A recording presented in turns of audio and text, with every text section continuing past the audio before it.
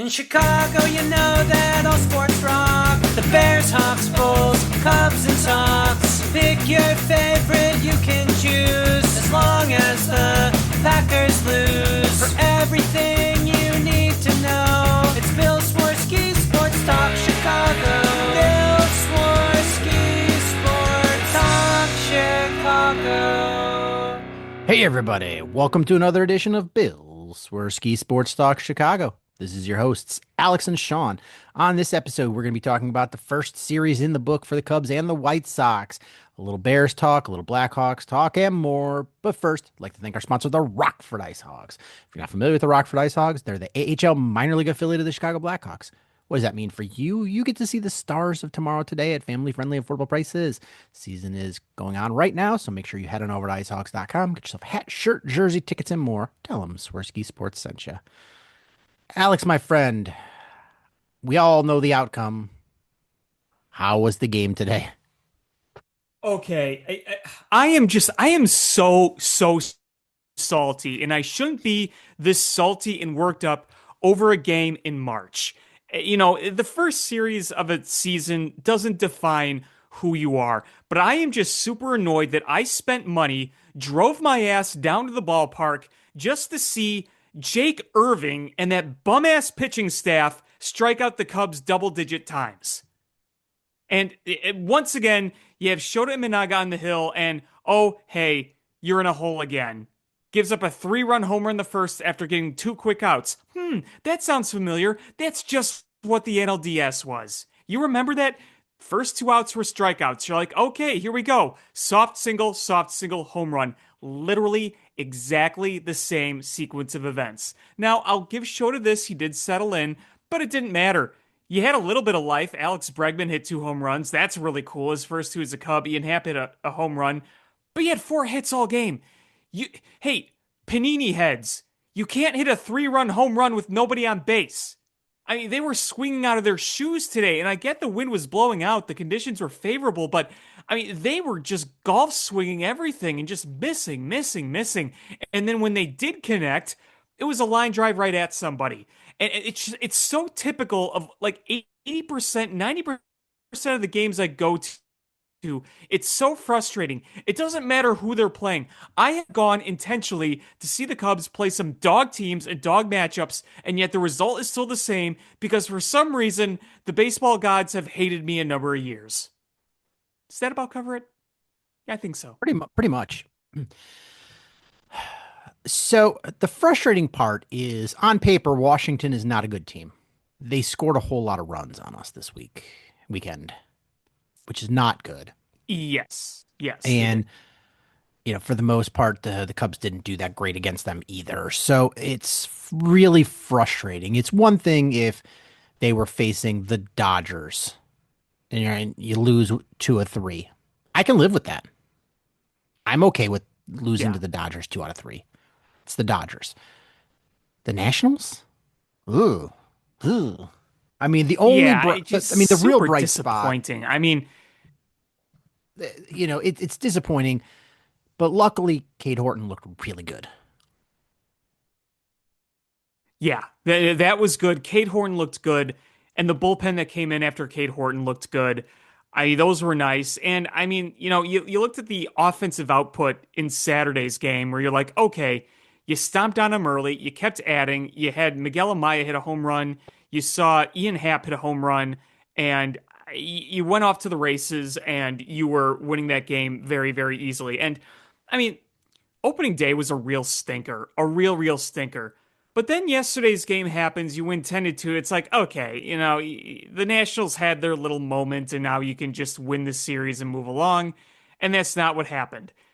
Now, I want to emphasize again that the first series of a season does not define your entire season. I mean, bad teams beat good teams anytime during a season, and that tends to happen too in the opening series. I mean, the first few weeks of baseball, you see a lot of things happen where you might be building a narrative and then that narrative quickly flames out later, or, you know, teams play a little better than you think they will, or teams that are supposed to be good kind of struggle, get slow out of the gate. So it's not an overall, worry. The only thing I'm going to say, this is based on preseason, and this is based on what we've seen so far. A lot of home runs given up by this staff. Yeah, I didn't like that.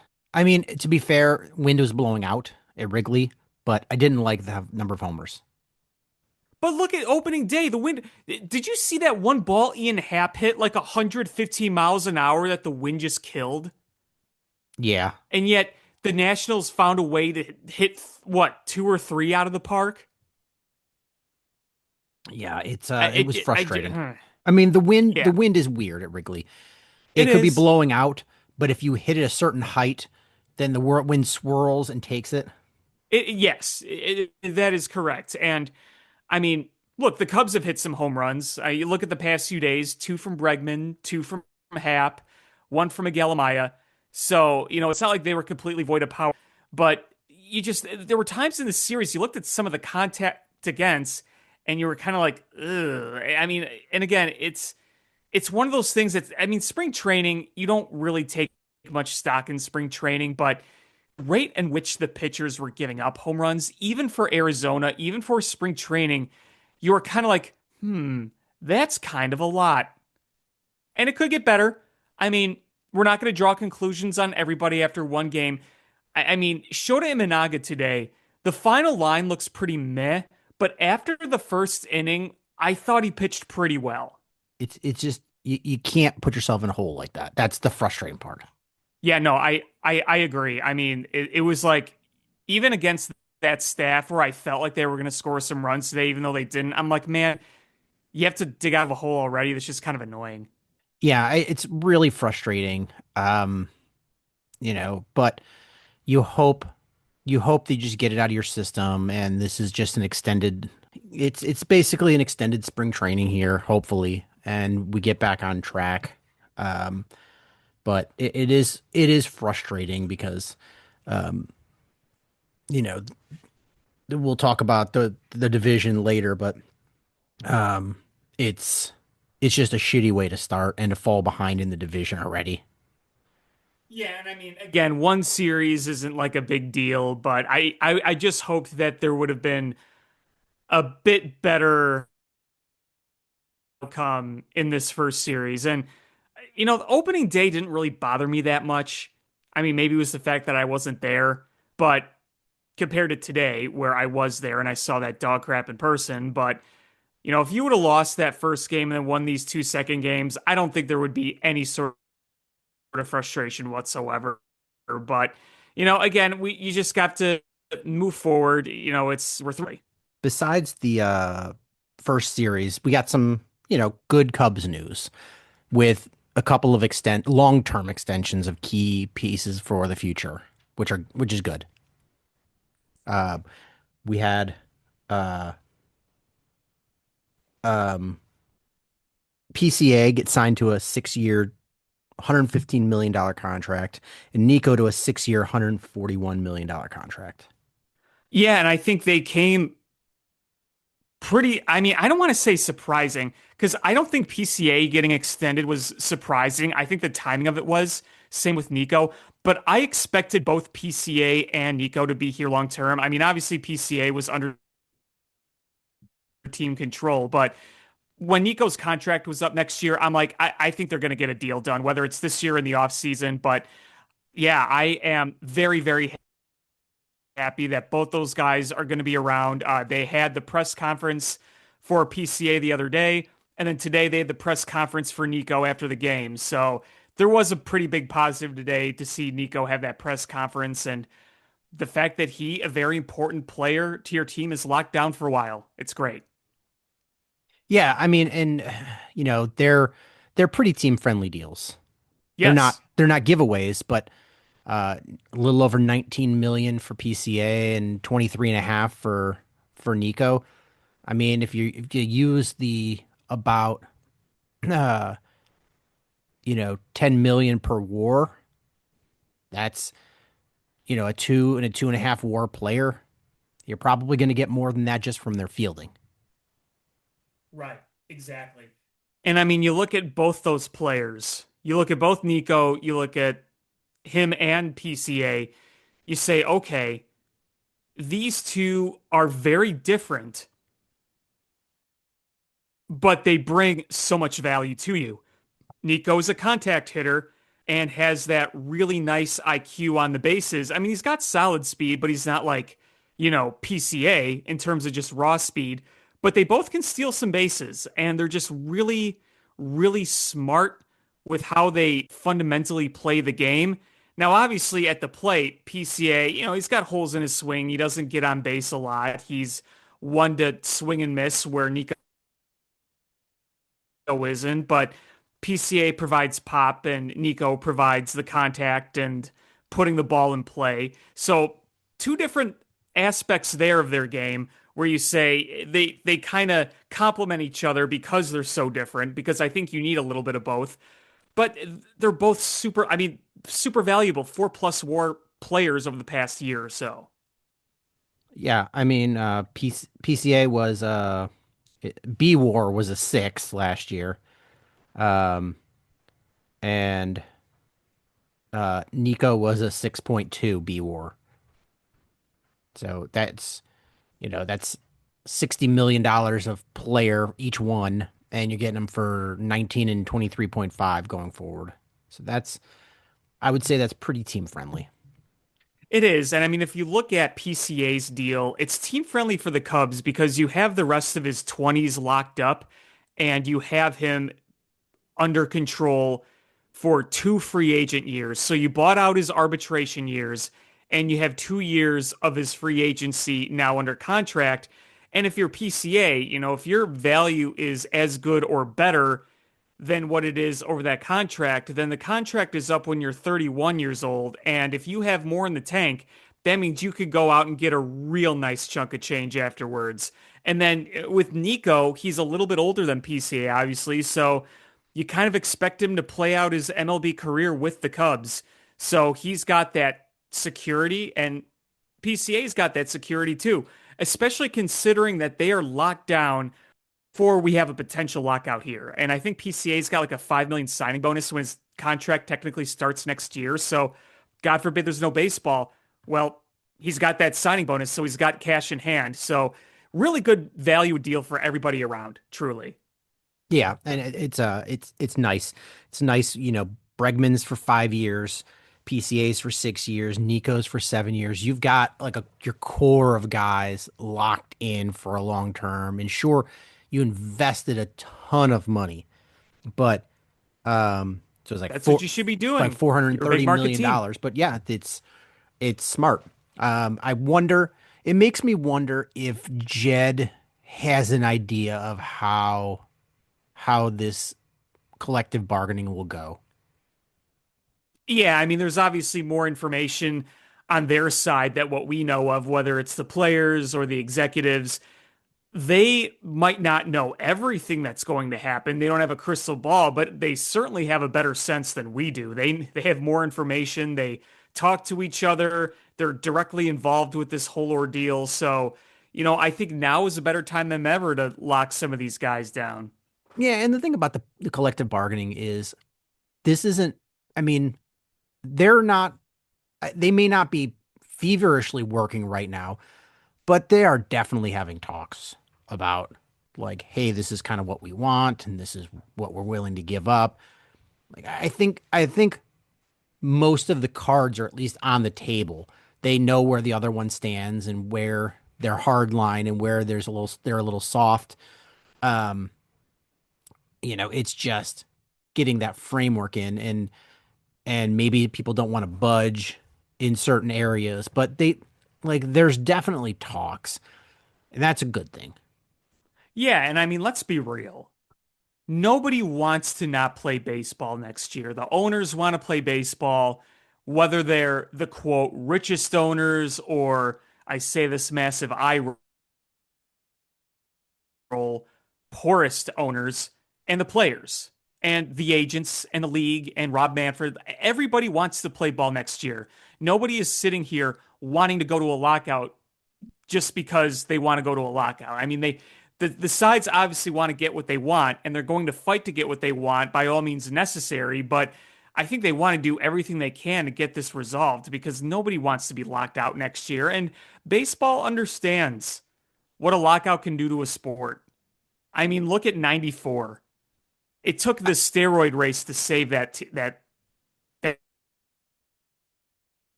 entity. The thing is, right now, it's critical that they don't have a stoppage because, I would argue that MLB is on the cusp of overtaking NBA if it hasn't as the number two sport in the US. I mean, look at the popularity now, not only here, but internationally. Look what the WBC has done for the game. And you see more guys from Japan coming over and being stars here in the United States in Major League Baseball. Between that and the WBC, and look at all the guys over the decades from Latin America, all this stuff put together, you see how it's coming together and in my opinion getting more and more popular. It's coming together more than it has probably in my lifetime that I've actually watched baseball because the home run race in 98, I was only 4 years old. I really don't have any firsthand memory of that. So this growing popularity of the game of baseball, I think is being felt everywhere. Yeah, and you don't want to lose that momentum. And honestly, baseball is No. resurging. Baseball is resurgent, but NBA is shooting itself in the foot. And like Yeah. there's no way MLB should have caught up to NBA. And there was talks for a while like, "Oh, maybe NBA has a trajectory where they could catch up to the NFL in popularity." And man, they just shot themselves in the foot. And MLB has the opportunity to really cement themselves, and if they don't get a work stoppage, they can springboard into expansion and really do good things. And uh, they can't have a work stoppage. They just can't. They can't afford it. No. No. And when it comes to the NBA, I do feel like if you want to argue the game of basketball, not the NBA, not the MLB, not the leagues, but the actual game itself, if you want to argue that basketball still might be as or more popular right now as a sport, sure. I mean, look at March Madness. Look at this tournament. Every year, people take off work. People have multiple screens on wherever they are just to watch March Madness. But the fact that MLB is getting to this popularity, and we see the numbers in the NBA, they're shrinking. They're not hurting, but compared to where they were maybe 10 years ago, yeah, I mean, there's so many people I know who just don't have that emotional investment in the NBA like they used to, myself included. Now, part of that really is because the Bulls are just such a disgrace of an organization. I don't even have a reason to really root or be invested in there. But yeah, I mean, when you think about it, the NBA, these players, these teams, they're just not talked about the way they once were. At least how I feel. But yeah, I just hope there's no work stoppage. Really, just really don't. I hate work Yeah. stoppages. I hate them. Hate them. Any sport. It's just it's it really is bad for the fans. Like rich players and rich owners should They're the figure ones who it suffer out. the most. Yeah, fans just really suffer. Yeah. The fans who now. So at the game today, I'm sitting in my seat. The hot dog vendor comes by. Who doesn't love the hot dog vendor? He comes by, and the guy next to me is like, "Hey, how much are hot dogs?" No joke, $10. That's a lot of money for Ten a hot dollars dog. for a hot dog. Isn't that asinine? What if you're a father with three kids? People will pay it. They clearly do, but it's absurd, isn't it? It's all the ballpark prices are gross. But you know what? I'm not trying to watch baseball and not Gross. eat. I'm not trying to watch baseball and not eat. Ditto. Ditto. You are going to eat that big pile of nachos and turn it into Bills fan puke. Oh, I mean, and I'm not only going to eat nachos, I'm going to eat them out of a batting helmet because that's the only way. Yes. Like Yes. baseball, watching baseball is for eating gross amounts of food out of weird things. Hmm. I remember going to a Cubs Brewers game as a kid at Miller Park, and I had their cheese waffle fries in a brewer helmet. I'm like, this is the greatest thing ever. I was a pig in shit. Yeah, I want eat things out of helmets. The ice cream, the nachos, the French fries. Yeah, out of helmets. Give me Yeah. helmets. I don't know what I'm going to do with said helmet. I remember the last time I got nacho helmet, I was like, there was all that cheese still stuck to it. I'm like, what am I going to do? Walk around with this cheesy helmet? So I went into the bathroom and like washed it out in the sink. And people are just like looking at me. I'm like, I didn't want to get nacho cheese all over my helmet. Were you at a Cubs game? I was. You're washing the nacho helmet in the gnarly Wrigley I mean, I wasn't going to eat. I just didn't want to Field get the sink. cheese all over. I just didn't want to get the cheese all over everything. I get it. It's still funny though. Just everyone's taking a piss and they're trying to get out of the freaking bathroom, and there you are, freaking cleaning out a nacho helmet. I just got the cheese all It's over. hilarious. It's attracting bees. I don't want the bees.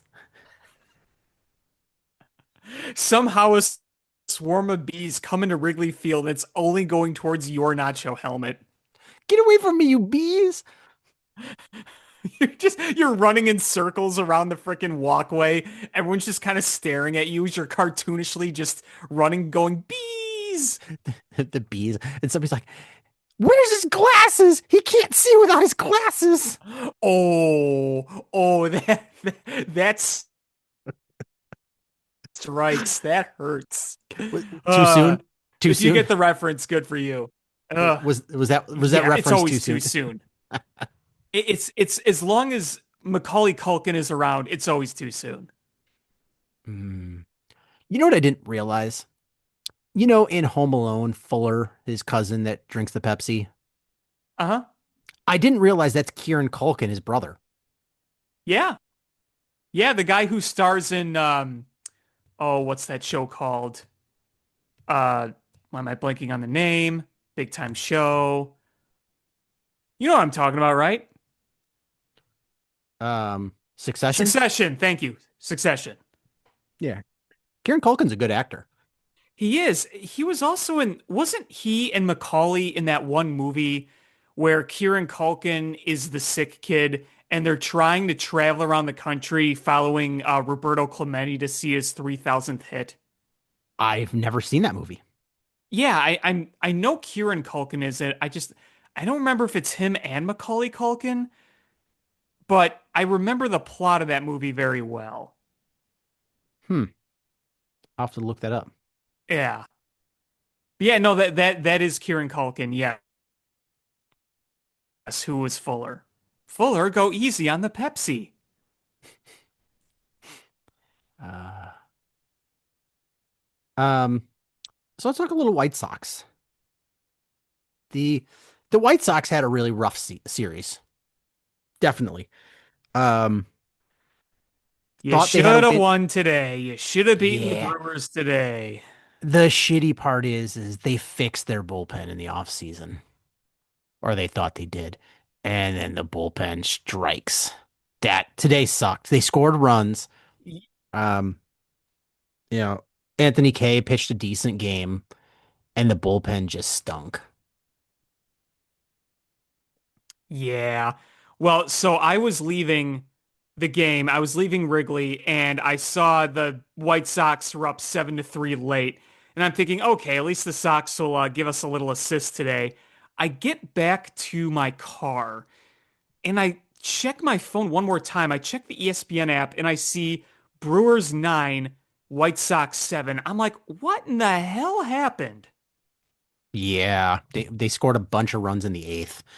Um, and just really like I was score watching that one because I was out today, and So score watching, and I was like, oh, nice. The White Sox will get that first win. Especially, it's nice with the way Mooney's been hitting. And like, okay, get that win, beat the Brewers. Good, good, good.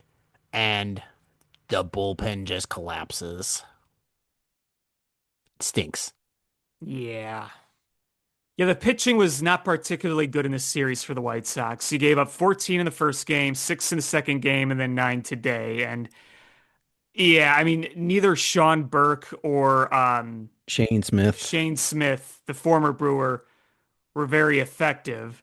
Shane Smith didn't even get 2 innings in. No, no, yeah, that not what you're looking for there, but I think everybody knew that one of the bigger weaknesses of this team, at least early in the season, was going to be the starting rotation. And the good news is that as the season goes on, you're going to see Hagen Smith and Noah Schultz, and I almost guarantee they're going to be a hell lot better than whatever you're scrounging together right now. So you can at least look at that series and be like, some of the younger guys that matter have looked good. Like Montgomery had a good game today, hit the grand slam.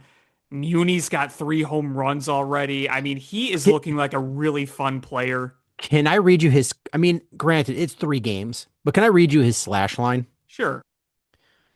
333, 538, 1333. That last number is his slug, not his Not his OPS. OPS. His slug. He's got a 538 on base percentage and a 1333 slug. His OPS is almost 1900. Yeah. I I think, mean, he's been drawing walks and he's been hitting bombs. yeah, love it. Love it.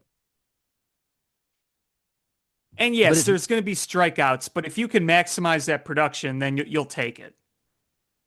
yeah. And it's funny, first game, Acuna played center field, and we're like, okay, that's kind of what I expected. But the last 2 games, Tristan Peters playing center field. I don't know who Tristan Peters is. Never Um, heard of him. and so that um, it's curious to see where he comes in here and if he's going to be regular contributor here or the regular center fielder. Um, Yeah. but I it I just mean, I it just thought it Acuna just was going to really be the guy sucks. mostly. Yep. Um, it just really sucks that the White Sox they put together a team on paper and you're like, all right, I think this is gonna be, a solid team here. But yeah, and granted, it's early on. But Yes. but Peters in center field, 3 game. I mean, he's played 2 games so far. Maybe he played a little bit in the first opening game, but 929 OPS. So he's hitting the ball. Um, Benintendi swinging the ball. Or swinging the bat. Hayes is swinging the bat. Montgomery swinging the bat. Um, Mooney is swinging the bat. Mydroth, like Yeah, the yeah, bats are my coming draw's alive. been the other guy that's been like, yep. And if they can continue that, they've got pitching in the system that's close to coming up. So Right.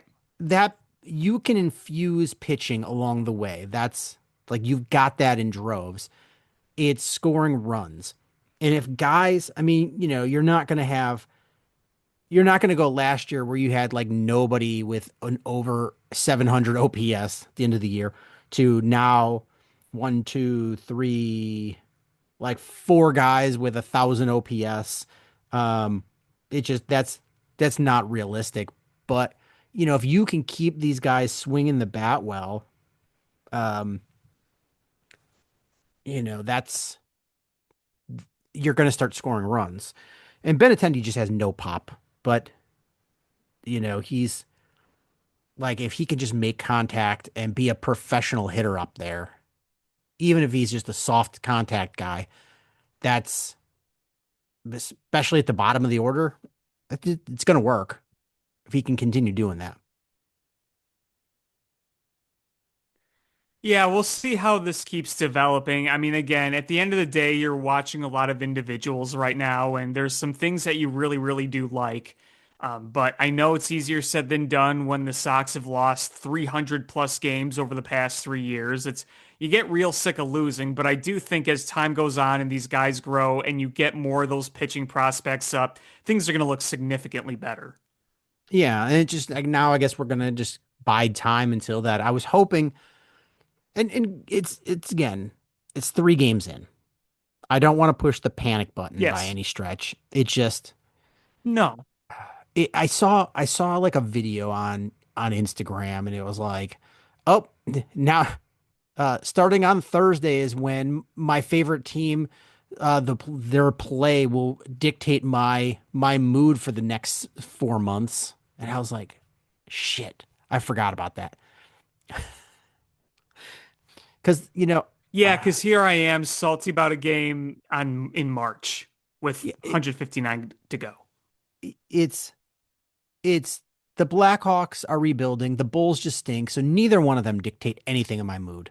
The Bears season is over, and so I've had like you know February and March. I've had like 2 months of not having my mood established by my favorite team, and and then the Cubs come in here and just take that. Yeah, I know.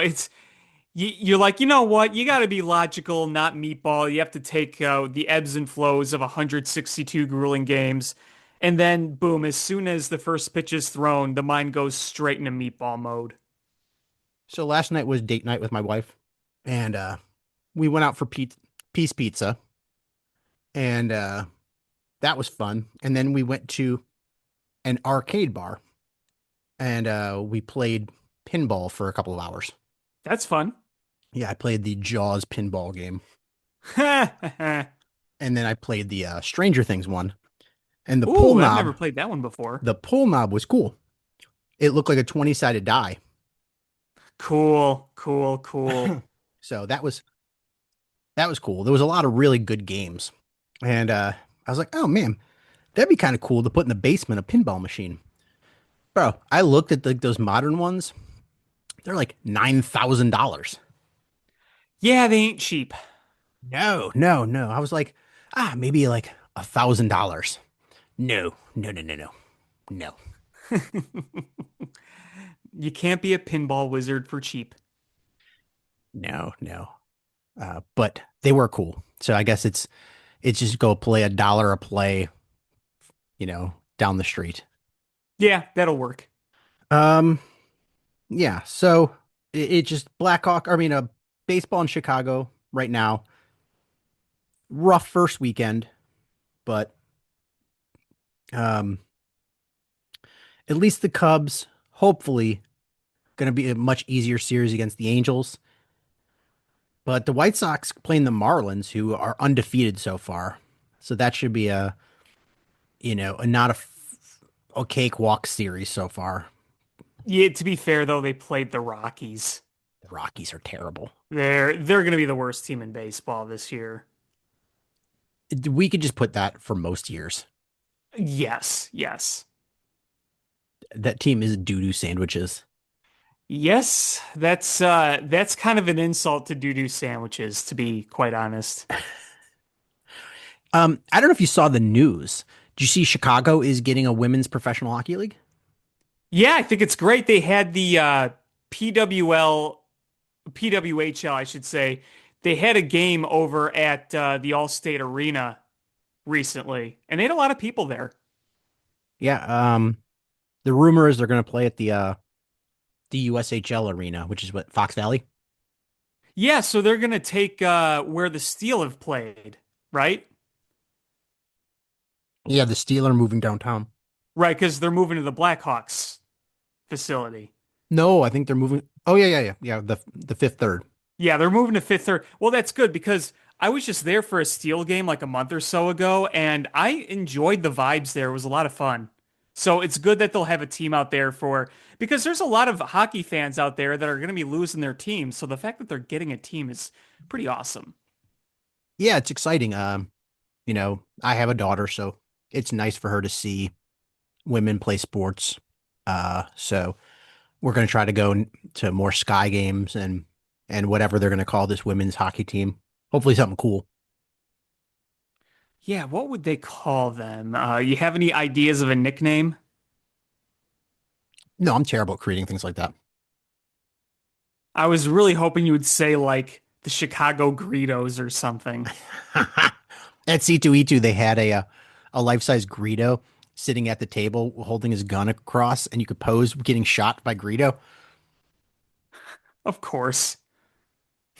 I just see you bowling over kids trying to get get like the first spot in that. The funniest part is I'm surrounded by people whose whole hobby is going around dressing like Star Wars characters. And I went, I'm the world's biggest Greedo fan. And then looking at me uncomfortably. That was a fun thing. Yeah, there you go. I like R2D2. I like Han Solo. I like Obi-Wan Kenobi. I like Princess Leia. I like Greedo. I respect it though. I do. You gotta like what you like. Any man who has a Greedo shrine is okay by me. I mean, um, have you seen like online the uh the new like craze is people being like diehard fans of the one pod racer. What's his name? Uh, Ben Quaternaris. Oh yeah, no, I have seen that. Yes, I've legitimately seen that on the internet. Yeah, I think the first one I saw was like this woman cosplayer, and she just does different things, like different properties. And somebody just commented, "Can you do a sexy Star Wars cosplay?" And she said, "The sexiest." And then it was her dressed as Ben Quaternaros. Amazing. And I was like, that's funny. That's funny. And you needed to one up and show up there with Greedo. I'm going to. My goal is to get my screen accurate flight suit made before Star Wars Celebration next April Hey, for the that's a good 50th goal. anniversary. That's a 50th good goal. anniversary. Yeah, wow, 50 years, 2027. Yeah, 2027 will be 50 years. Oh man, it's gonna be all Greedo all the time for you. Oh, I hope so. I hope so. Uh, so I don't know if you've been following the Caleb Williams Iceman saga. Yes, I have. Yes, I have. And I find it quite interesting, to be honest with you.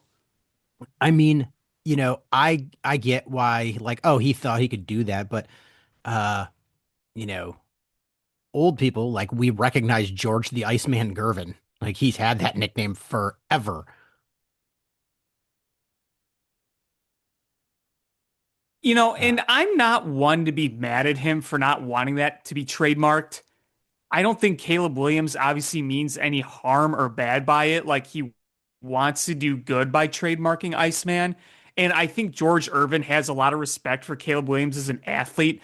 My only thing is I feel like a lot of people who are like chiming in on this just clearly have an anti-Caleb agenda who probably didn't even know who George Irvin was or that he was called Iceman. Like a lot of like, oh, George Irvin's is always the Iceman. I'm like, I bet a lot of those people didn't even know who the hell he was. That's the only thing that gets me. So it's kind of whatever to me. I think it would be cool if he did get that trademark because the Iceman, contrary to some belief, has been a thing for a while now for Caleb Williams. Really going back to the game-winning drive he had against the Giants, and then Jeff Joniak yelled, "The Iceman cometh," when he hit the game winner to DJ Moore. So it's not like this wasn't just becoming a thing after the season. It was a thing in the season, but I mean, if he's not able to because of George Irvin, then oh well, I'll still call him that. Yeah, I mean, the George Irvin biography, like the is called Iceman. So it's not like something I'd be like, oh man, I can't. Caleb Williams is stealing, blah, blah, blah. But No, don't be Skip Bayless. like, Skip Bayless is just yeah, annoying. he's stupid. But yeah, like Caleb Williams is young. How the hell does he know? George the Iceman Gervin is like 75 years old. Like when Caleb was Right. born, George had been retired for you know 20 years, 15 years by the time Caleb was born. Like, how would he know that player? It's a different sport. Like, and Caleb didn't even come up with this. People called him the Iceman, and he ran with it and was like, oh, let me monetize this. Like, it makes sense. Just chill out. It's like not a big deal. Right. It's more of a fun thing. Exactly. Um, Right. and I Right. don't think George was, uh, upset about it either. No, no, no. I mean, I don't know if it was like a statement or an interview, but like he was very, very chill about it and very well spoken about Yeah, he it. It just doesn't was, want to give he up wasn't his being his Skip moniker. Yeah, Bayless. yeah. He's just like, "Eh, I'm not going to give it up, but you know, whatever. It's like it's such a non-issue. Just drop it. Um, Yep. so I don't know if you read Dan Pompeii's story in The Athletic about the Bears and Ben Johnson and Khalif Raymond. Um, it was talking about, Yeah. part of the reason they brought him in is they're trying to add more grit to this team. And Hmm. uh, and I think Luther Burden has that grit. Khalif Raymond has that grit. Um, it's going to be interesting to see, going forward in the draft, how things change because I think we're at the point now where we sort of see what Ryan Poles likes to do in the draft. And now we're going to see how that Hmm. changes based on uh, Dennis Allen and Ben Johnson and what they want and how that dynamic sort of changes the draft strategy. Um, Ryan Right. Poles like to draft guys with the high athletic ability, like high RAS score. So just really athletic guys. And we're going to see how that sort of changes. Is it going to be, continue as is, or is Ben Johnson going to weigh in a lot on these types of players? Um, that's going to be the really interesting thing I mean, because I think it, last year I don't know if Ben Johnson had the time to really dive into any of that to be able to give input. I do think Ben Johnson knew what he liked. He knew what kind of guys he liked. He might not have the amount of detail or input that he will have this year potentially versus last year, but you look at Luther Burden, like that is a Ben Johnson offense type guy, explosive yards after the catch. So I do think there was some offensive input there. And even Colson Loveland, maybe he saw That the that potential of the was mismatch that he created. that was a Ben Johnson pick all the way. Like, Yeah. um, so it's going to be interesting to see how that plays out.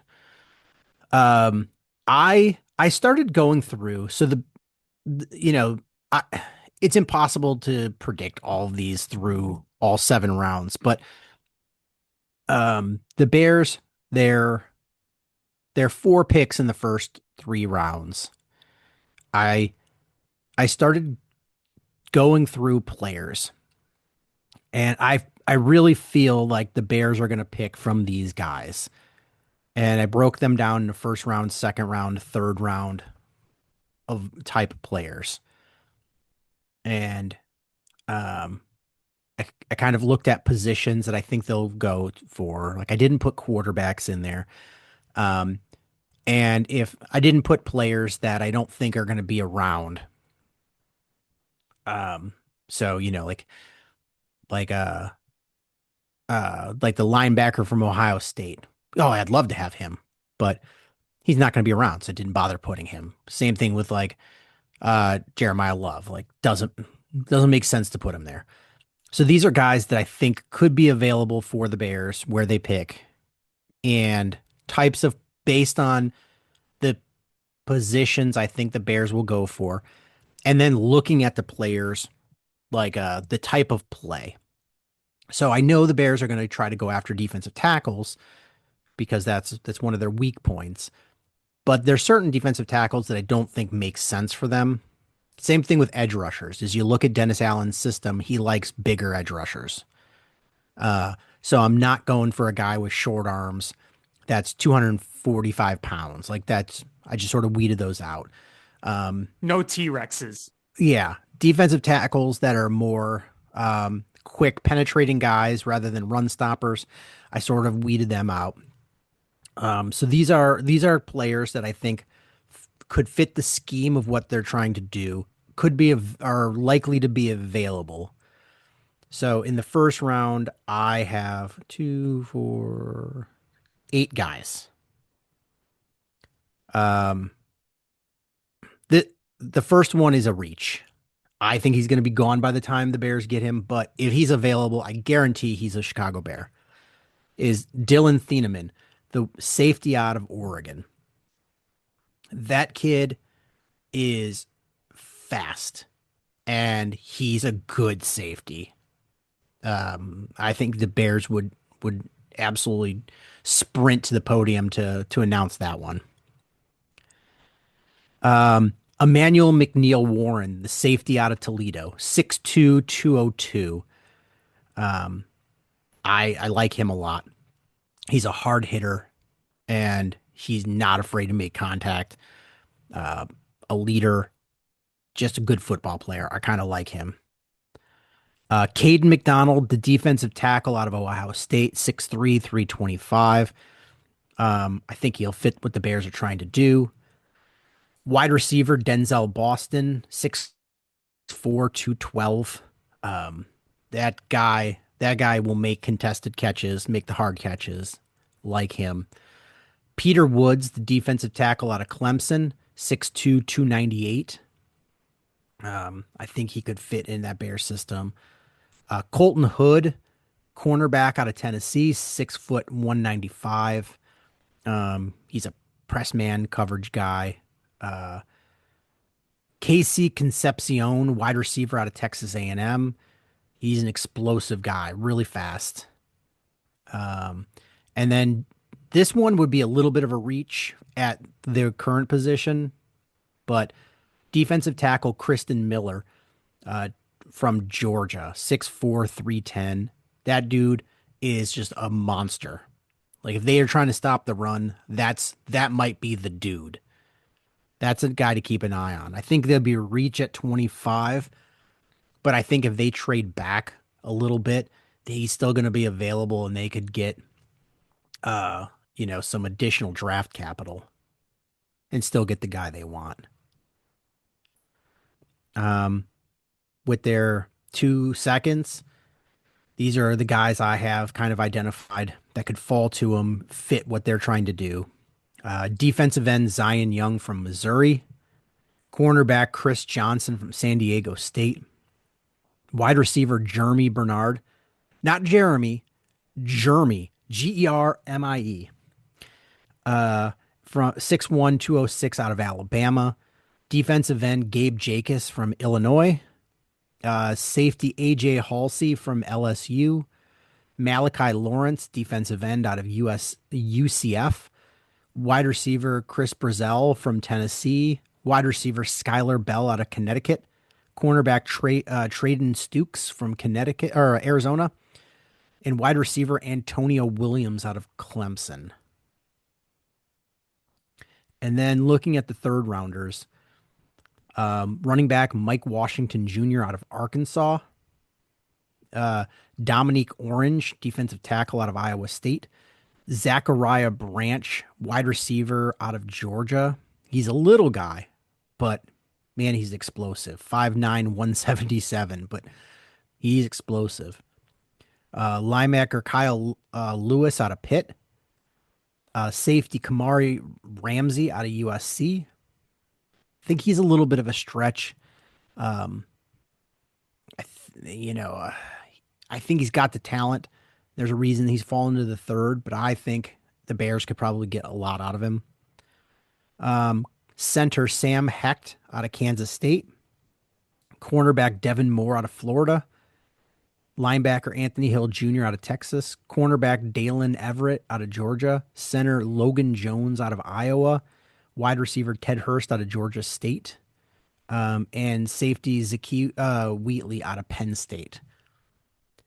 So I really really think there's Bears in here.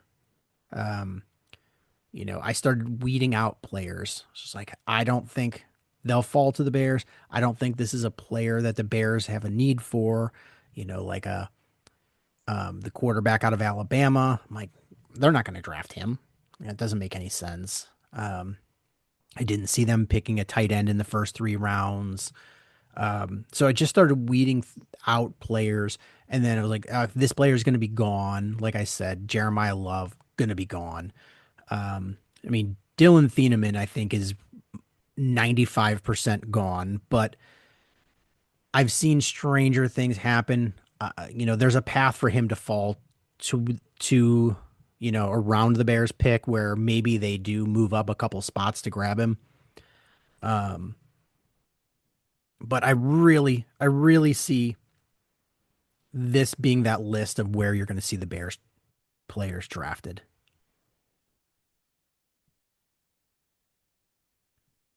Yeah, I'm wondering. My biggest question is, are they going to trade back?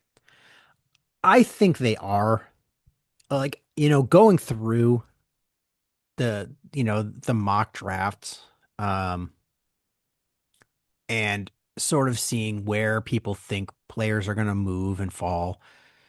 Uh, I, I just, the players that are available for the Bears at 25, I think if they move back even 10 spots, they're going to have players they really like in that same bunching and then be able to pick up that draft capital. It's just, is somebody going to be willing to move up to get that player?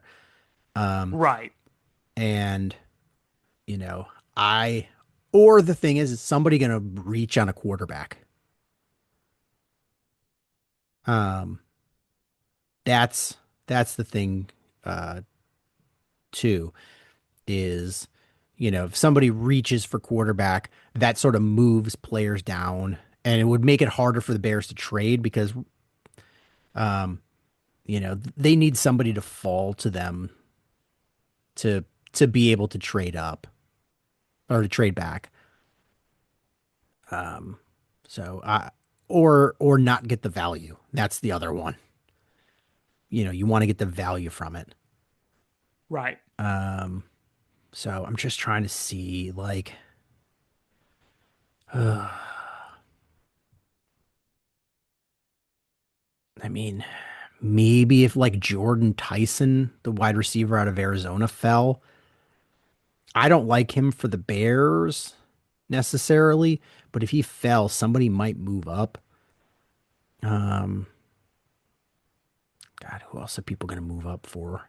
Ty Simpson is the one that I think, but I have a feeling that he might go earlier than anybody expects. But if he's there at 25 for the Bears, I could see somebody trading up to get him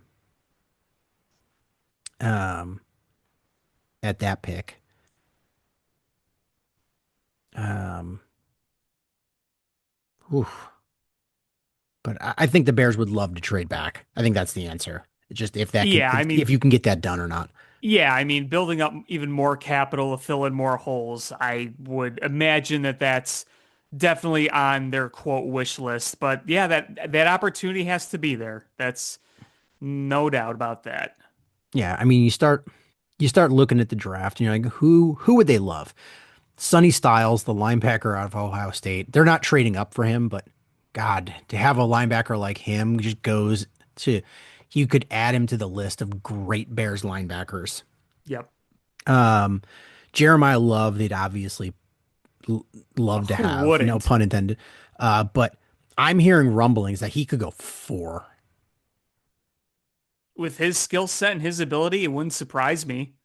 Um, and Caleb Downs, the safety from Ohio State, I think the Bears would love him, but he's probably a top 10 pick.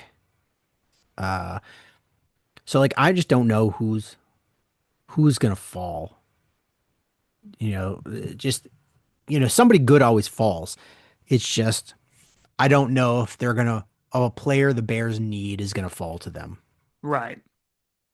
Um, But a lot of things can happen. yeah, I mean, uh, yeah. So I'm looking at the NFL.com's latest mock, and Peter Woods and Dylan Thieneman are off the board by the time the Bears pick, and they end up picking in this draft Emmanuel McNeil Warren, who I do like. I watched some tape of him, and I do like him. Um,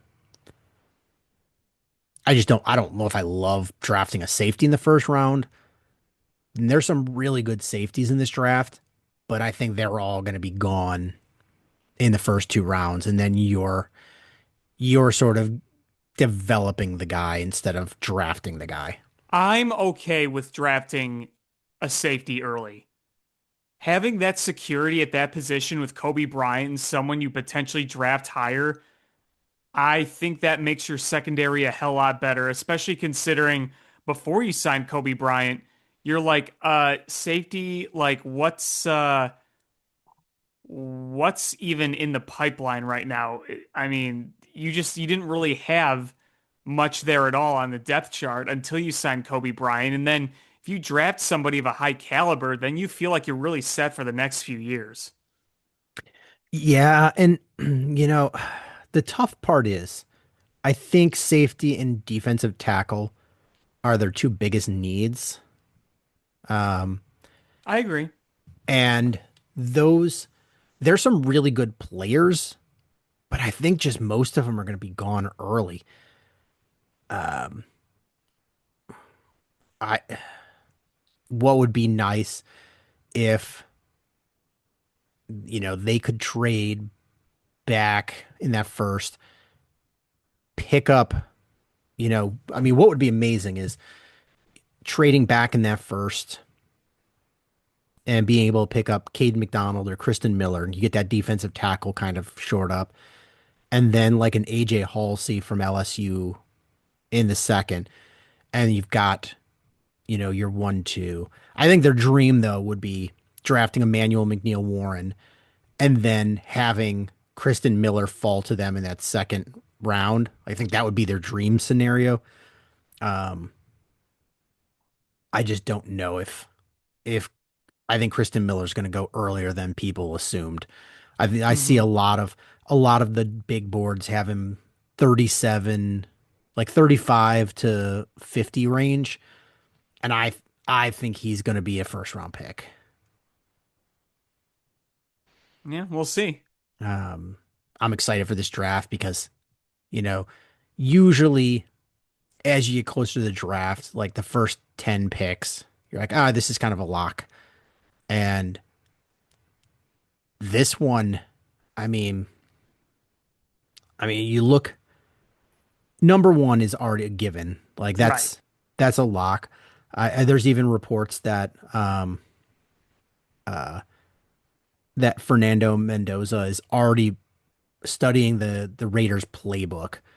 Like that's a lock. But I think things could get weird at number 2 with the Jets. And they definitely are going to get weird at number 3 because Arizona desperately needs a quarterback, but there's going to be no quarterbacks available at I 3. just say, are you confident that drafting a franchise quarterback with how little this draft class has elite quarterback talent? Yeah. So I mean they're not going to pick one. So what do they do? Um they could go edge rusher, they could go offensive tackle, they could go linebacker, they could go any one of the wide receivers. Like there's a number of ways that the Arizona could go. And that just changes the whole way of the draft. I mean, hell, Arizona could go Jeremiah Love. Yeah, It wouldn't shock me with uh, the type of pedigree that he has, and you need offensive weapons on that team. yeah. So who knows? Uh, so this giraffe could just go wild. I mean, Tennessee very well could take Jeremiah Love if he's still on the board. Um, Could we just you, wave a magic wand and have Jeremiah Love come to the Bears, please? if you had Jeremiah Love on this team, bro, that like with his home run ability, with every time he touches the ball, that would be sick. With Ben Johnson as your head coach. Oh yeah, they would just run the ball so much. It would be unreal. If somehow they were magically able to get him, I don't think there's any way that DeAndre Swift's still on this team. Oh God, They no. Oh trade him on God, draft no. night. Right. And there are still kind of rumors floating that they still could move DeAndre Swift depending on how things go. I just like would it be crazy? No, not at all. But um I'm I not saying it's just going to happen, but I just don't know if you have the luxury. You need to plug defensive tackle and safety. Probably want to get your a center in-house before next year. I think you're trying to draft your center long term rather than, re-sign Bradbury. Um, so I just don't know if you have a luxury of taking a running back in the first 3 rounds. no, I mean, I don't disagree with you, but And I don't love, I mean, there's always a lot of running backs, but after the first couple, there's not, you know, in the first 3 rounds, I really like Mike Washington Jr. out of Arkansas and hmm. Jeremiah Love. Uh, and for the Bears, those are the two I like. After that, it starts getting to be, you know, trait based. Yeah, it's top heavy for sure. And I don't disagree with you. I'm not saying it's going to happen or likely, but I don't think it's out of the complete realm of possibility depending on how things fall and take shape. Yeah. You start looking and you're like, all right. I mean, uh, in the fourth, fifth, sixth, seventh round, yeah, there's going to be running backs and they're going to get carries in the NFL and some of them are going to do well, but it's you're drafting a guy like the Bears drafted a guy, I don't stupid Ruckers, and he played well for them, but he doesn't have that home run speed. So it's he's limited in what he can do. Right. Um, He'll you know, gash you, but yeah, he's gonna hit that hole hard and he's gonna get those tough yards, but he's not a home run threat. And we know Ben Johnson loves those explosive plays. right. DeAndre Swift has that explosive speed, but he also, I mean, it was a lot better last year than it was the previous year, but he's not the guy that's going to get you those tough yards No, between no, the he's not. tackles. So it's like, if you could combine those guys into one guy, you're like, oh yeah, I love that guy. Um, Especially on a rookie salary. But uh I just everything after the first 3 rounds, even maybe the first two, those running backs become trait based. And and it's harder to project them because it depends on what scheme they go to. It depends on how healthy they are and what kind of utilization you're going to have on them and how those coaching staff feels about them. Um, so uh, it's a little bit tough. So in the first, 3 rounds, I identified one running back that could be a Bears target. And that's Mike Washington out of Arkansas. And I have a third round grade on him. But that guy, he's a running back that's 6'2", 228. And you know what the RAS score is? Hmm. It's the relative athletic score. And Oh, I thought you meant what was his oh, score. so yeah, so for anybody that's listening, so RAS is like it compares you to all of the players at your position um in athletic abilities like the 40-yard dash and the high or the broad jump and all the three cone drill and things like that. So they compare you to other dudes that playing your position, and it's out of 10. 10 being, one being you are the absolute worst athlete at that position, for your position. 10 would be you are the best. And Mike Washington Jr. at 6'2", 228. So it's a big wide or a big running back. 10. His RAS score is a 10. Wow. So that dude is an athletic freak. Um, so that's kind of why I had him on there. Ryan Poles loves to draft high RAS guys. Yes, he does. Um, yeah. So Michael Washington Jr. 6'2", 238. So he's a big running back. Ran a 4.3 40.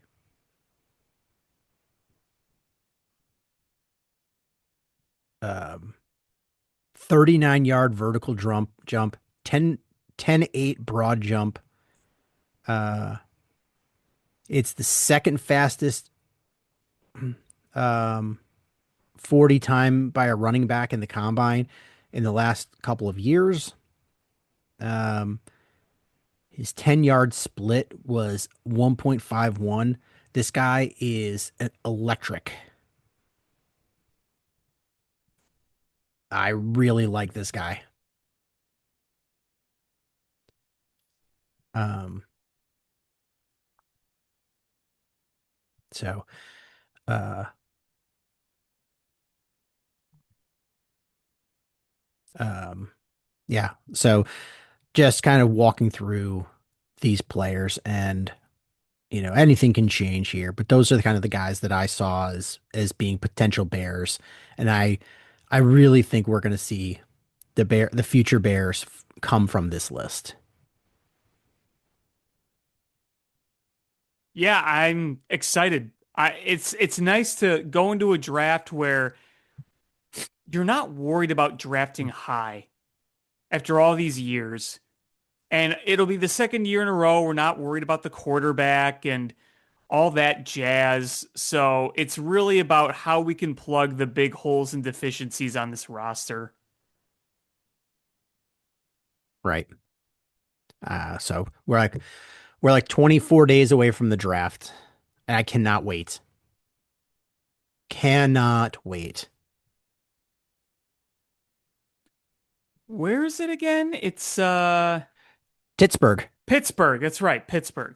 Yeah. 2 tickets to Pittsburgh, please. That's right, the Steel City. So there's going to be a lot of yellow, gold, and black. Yes. Next year, I heard rumblings that it might be Minnesota. Okay, so that's not far. No, I'm I I need to be better. I want to go back to the draft. I went for a number of years when it was in New York. I lived in Philly. I went to when it was in Chicago. I want to go back. I really like being at the draft. It's a lot of fun. You just see people that are just absolute NFL geeks.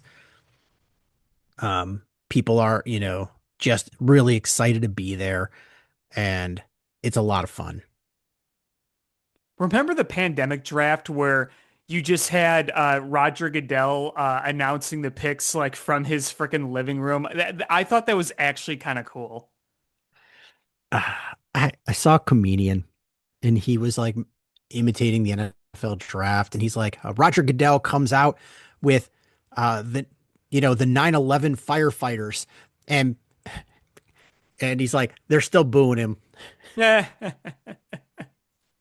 Like he will. Like that guy knows they're gonna boo him.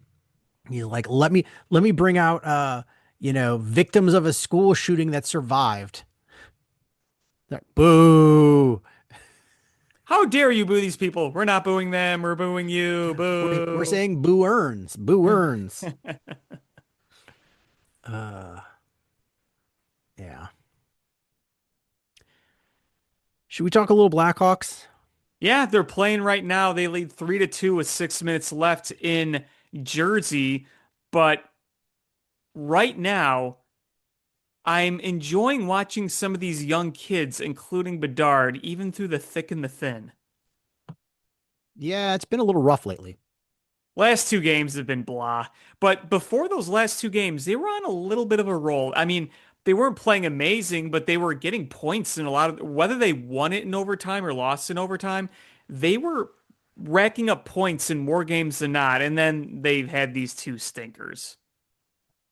I mean, you look, what's the average age of this team? Like 24? It's like 22, 23 It's right young. now. I think they're just tired. I think it's just a long season is just wearing on them. I think they're tired. Like they've never played this many games before. Well, they've never played this many games, not this intensity. They haven't faced this level of competition. It's all part of the growing process. And yeah, Frank Nazar has got a couple of goals tonight. And then Antoine Frondel, who made his debut, he's racked up a few points. So right off the bat, he's been making a difference. And Florida's been sucking, so I don't think we're getting Florida's pick this year. We'll get it next year, but man, I would love to have it. Um, but right now, the Blackhawks have the best odds, or the second best odds to get that number one overall pick. Because what? Number one's Vancouver, right? It's got to No, be yeah, no, Vancouver. nobody's catching Vancouver. Right, right. Because All right, it'll be the mix will be Vancouver one, and then two, you have like the Hawks and the Flames, Rangers. Rangers, who kicked your butt the other night. hmm And then after that, it's Panthers, uh, Maple Leafs, Jets, Blues, Sharks, Nashville, LA, all bunched up. Devils. Like Oh, that's the Devils have next group. just tied it, speaking of which. Of course they did.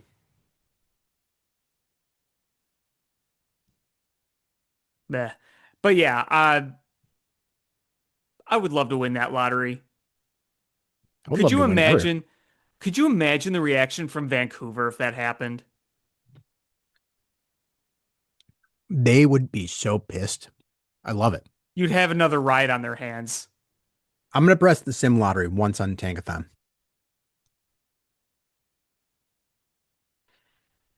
Vancouver won. Yeah, not a Blackhawks got surprise. Blackhawks got three. Florida got five and kept their pick. Nothing about that surprises me. I don't like any of these. I've done five now, and the Blackhawks haven't won a single one. You Six. always say you do one and you end up doing like 20. Because I want to see how long before. Here we Oh, go. and the Blackhawks are now losing. Of course they are. All right. So I did ninth one. Blackhawks get the number one pick. Vancouver gets two. Rangers get three. Calgary gets four. Florida gets five. We're talking about tanking and we just give up like 2 goals in a minute. That's how that works. That's how that works, my friend. We talk it into existence. Um, yeah, but That was the Golden Boy Hughes too. Man, he's good. He's so good. Ugh. I want Jack Hughes on my team. what is the Panthers are on a 3-game losing streak. Man, that team sucks. Wow, 19 seconds. Those 2 goals by the Devils were scored in 19 seconds. Yeesh. It is what it is. Yep. We I ain't mean, going to the playoffs. no. I mean, we're right at the end of this season. Uh, what are like 8 games left, 7 games left? Yeah. We're coming down the final stretch. Yeah, I think this is game 74 out of an 82 game schedule. So, Hmm. um, Just let the kids, play, let them grow. Connor Bedard reached 30 goals and he'd probably have 40 if he didn't get hurt. So he's had a really good season. So take that as you will. But I'm still intrigued to kind of watch these last few games, just seeing how these kids play. I just want to see him grow. I want to see something that gives me a glimmer of hope for next year. Next year, you've got to win, right? Next year, you got to be competitive. You really have to be legit competitive. And even if that means just missing out on the playoffs, like you need to make some sort of noise or push. You can't be a bottom feeder again. Because look at some of the other rebuilds we've been in sync with. Like, look at where Anaheim is now. Look at where the Sharks are trending to. Like, you're the Blackhawks. You need to start advancing. And look, we're going to end this season with more points and wins than we've had the last few years, but you need to take a real step. Like you shouldn't be talking lottery odds next year. You're not going to be talking Stanley Cup. You're not going to be talking about a long run. You might not even talk about playoffs, but you got to not be talking about top lottery odds next year. You can't. No, I mean, and I'm not even saying like something crazy, but you know, 38 wins would be awesome. Sure. Like, be the middle of the pack.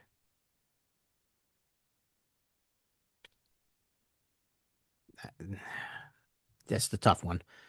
Just a tough one. Yep. There's no huge free agents sitting out there, but And I no, and do you're going to be quiet in free agency anyway because you've got so many spots locked into young players. I still feel like you gotta do something bold though. Like you have to really do something to help kind of jumpstart this thing further than the way you've been inching across. Mm, I don't know what that is though. I don't either. But you have draft capital, that's the thing. You do. You have a ton of draft capital. You have all the draft capital. So maybe something doesn't work out, but I feel like you gotta at least explore it, right? Mm-hmm. But we'll see. I'm intrigued where they're going to be drafting. If they do make any sort of bold moves via trade this offseason, because they're not going to sign anything huge, but I'm intrigued on how they're going to handle this. Yeah. And the Bulls stink at stinking. Yes, they do. Yes, they do. They are still the ninth best odds to win the lottery. But there won't be any playing tournament this year. No, no, there won't. But I mean, the Milwaukee Bucks have caught up to them. Instead of moving to better odds, the Bucks have caught up to them. Yep. So now, with 8 games left, they're more likely to have the number 10 pick than they are the number 8 pick.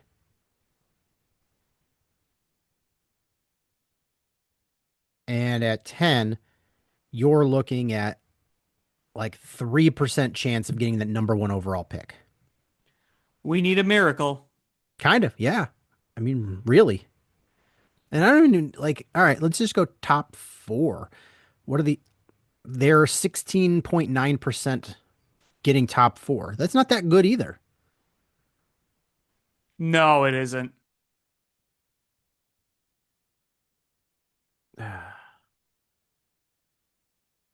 I'm I just did 3 sim lotteries and every single one of them the Bulls draft 11th.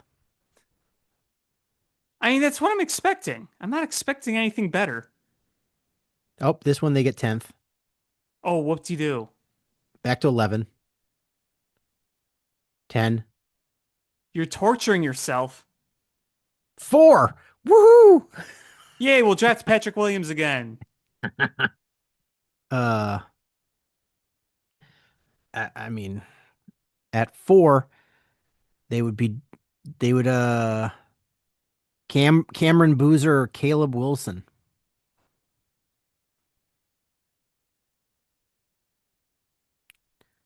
Cameron Boozer. Get that, Joe. Ooh, Blackhawks got 138 left.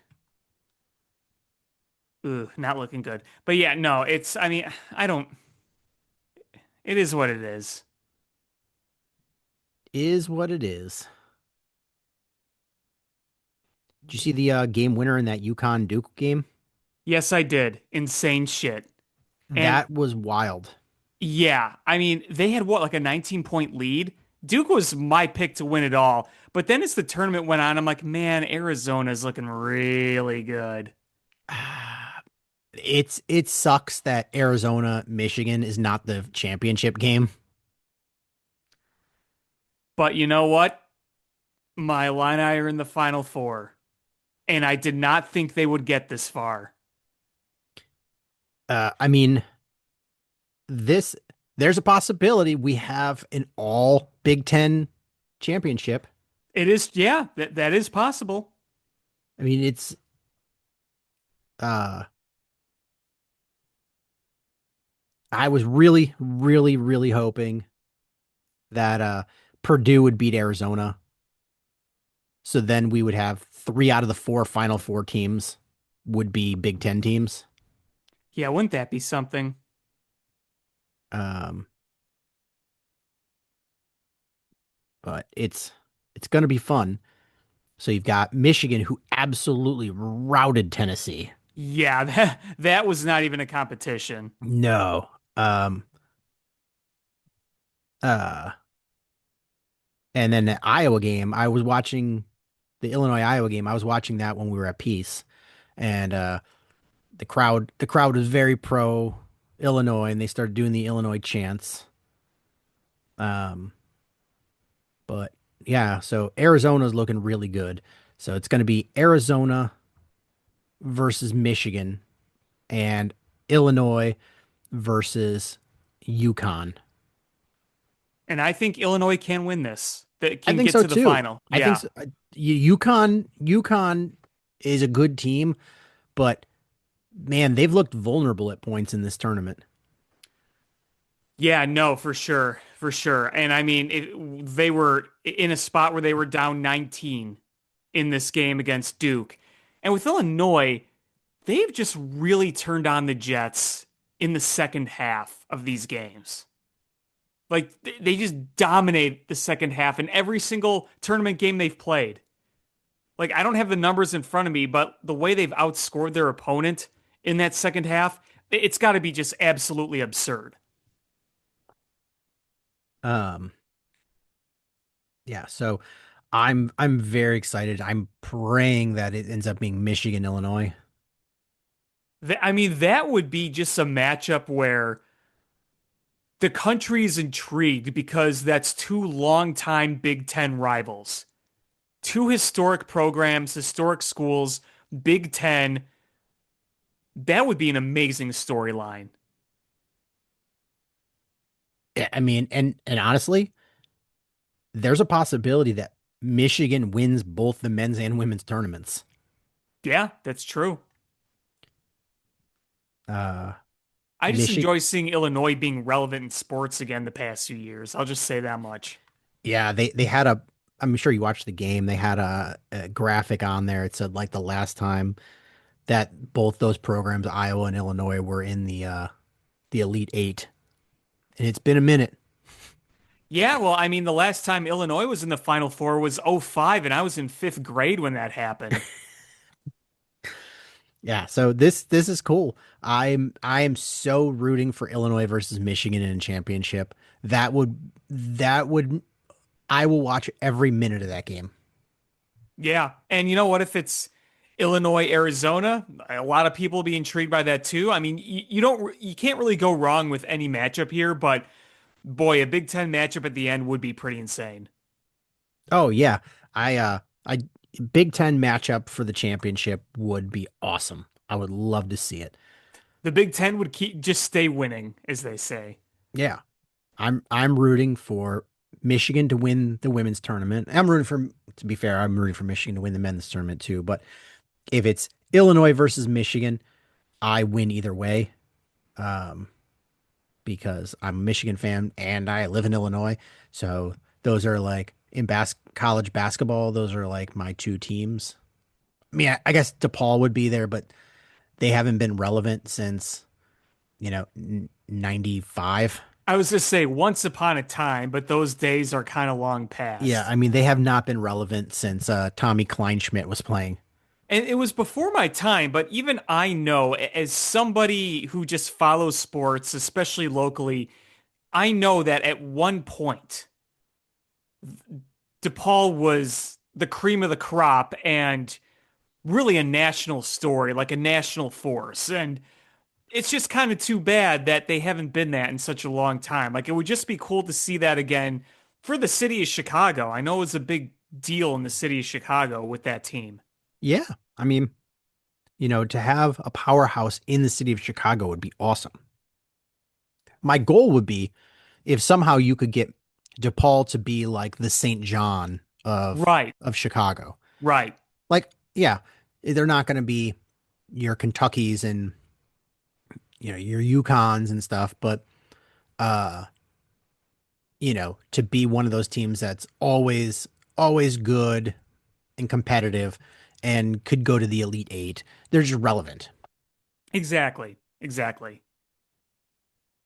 When I was a little kid and you'd hear Yukon, this was before the internet, you couldn't look these things up, but I would hear like, oh, Yukon is playing.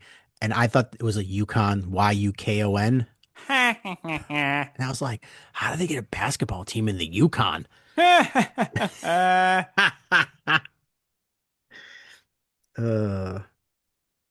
Pre-internet ignorance. Yeah. You just couldn't look these things up. Was there anything else you wanted to talk about? Nope, I've said my piece. Well, I think that's going to do it for this episode of Bill Swerski Sports Talk Chicago. I want to thank everybody so much for listening. Please hit subscribe however you listen to podcasts, whether it's iTunes, Stitcher, YouTube, Google Play, Spotify, etc. Share this podcast with your friends, how we grow the show. Follow us on social media at Swerski Sports, Facebook.com/Swerski Sports, SwerskiSports.com, or Swerski_sports_podcast on Instagram, ShyFanPat2 for Alex on Twitter/X, or AlexanderJPatCreative.com for all the cool stuff that Alex does.